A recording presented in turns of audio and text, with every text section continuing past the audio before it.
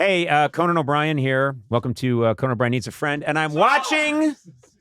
Sona has a bag of popcorn, and she's whipping it across the room. Yes! Yeah! You know what's impressive? Sona started whipping popcorn across the room, Gourley trying to catch it in his mouth. There were some failed attempts.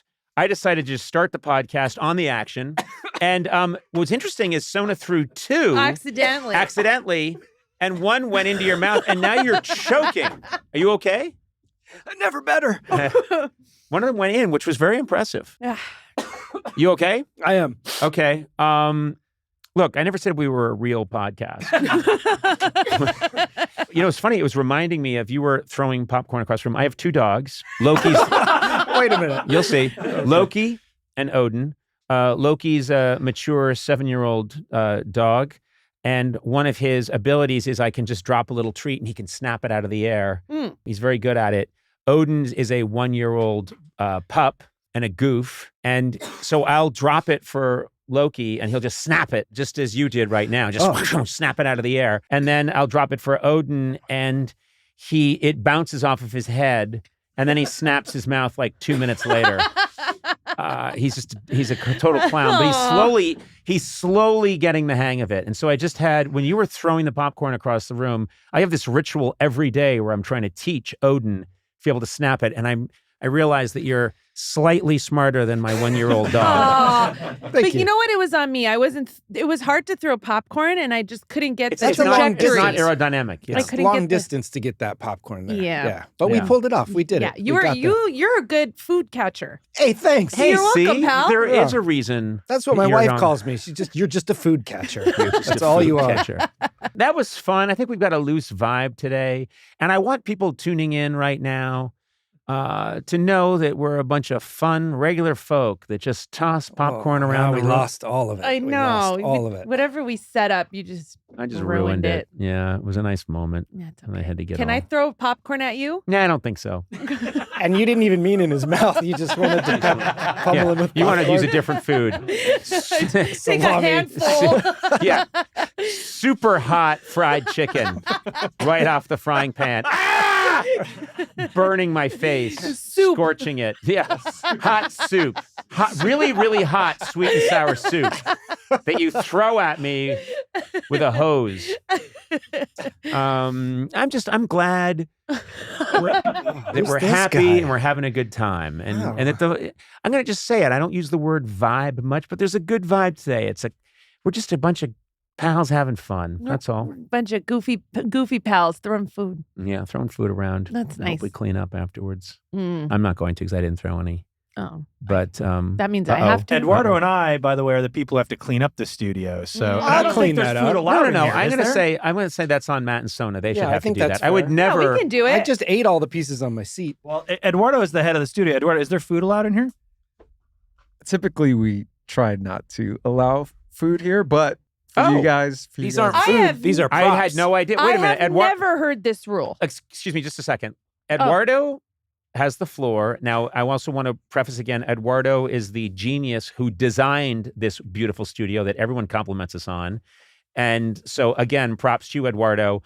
I knew that we weren't supposed to have liquid. It's just good studio etiquette to not have food or drinks in the studio. But this isn't your typical studio anyways. It's a podcast studio. So we kind of built for some food. Now, hold on a second. So that's really a recording thing that you're not supposed to have food around? Because we've had a ton of food in here all the time. Again, and you've never said a word. You're more traditional. No, because, it's a good vibe. So I try to just, He's cool, Dad. Yeah, but for example, if I were to bring in a goulash, would you have said something?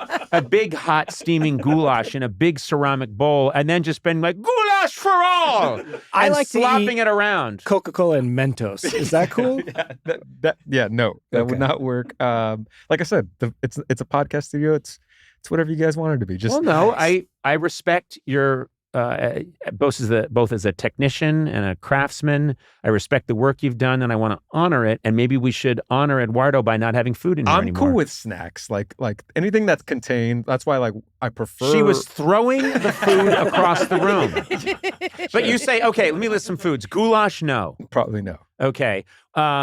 Just a big boiling meaty stew. Definitely no. Okay. Tacos? Tacos. I'll allow it. Chowder. Tacos you allow, but what about my beloved Boston chowder? Yeah, get out of here. Mezcal palomas? Yes. All right. There we go. Oh, I see a trend here. Wait a minute. allowed.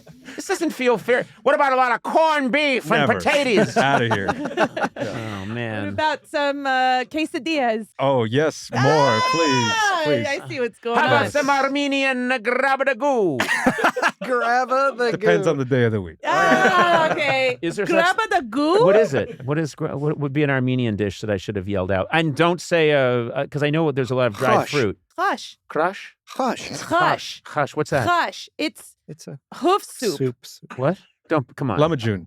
Lamajun. Let's just but- go. but- That's the go Armenian lamajun. pizza. Khash, we've talked about this. It's, it's like a peasant dish kind of. They take all the parts of the animal that they didn't eat and they throw it all in but don't say- in a soup. But It's an hoof. You wouldn't eat the hoof. Oh, you could eat the hoof. It's hot You dog can? soup. But hoof is what? Hoof is hardened collagen. It just melts down. I think I don't know enough about it. I know there's gonna be so many Armenians mad at me, but I always grew up thinking it's hoof soup. Mhm. Maybe there are no hoofs. All right. Maybe it just got a bad name. Eduardo is busily searching for it on the internet. Ugh. Won't come up. I don't even know Yeah, how it's you on the spell dark. it. You have to go on the dark web. I don't know how you. Hey, if you want some hoof soup, you don't just go on. You don't just type that into Google. You gotta know a guy. You got to know a guy who knows a guy who knows a horse. Okay, and I also don't know how you in English how you do the ch Yeah, sound. I tried KH. I think you do an X. Oh, I see. X-A-S-H. Hush. Hush. Hush. Hush. Hush. Hush. Hush. Hush. Yeah. That's a good excuse I'll use if, I tell my wife, I'm like, hush. And she's like, don't you tell me to be quiet. I'll say, just wanted some hoof soup. That's worse.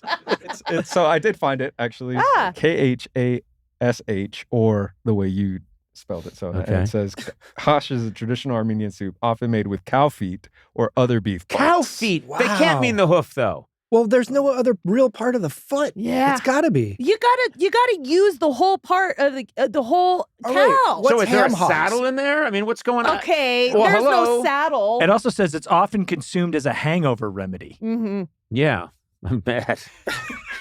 You have a little of that, and you're like, I'll never drink again. Anything. Nothing's going in my mouth again. Once you got a hoof in your throat, the idea of consuming anything again.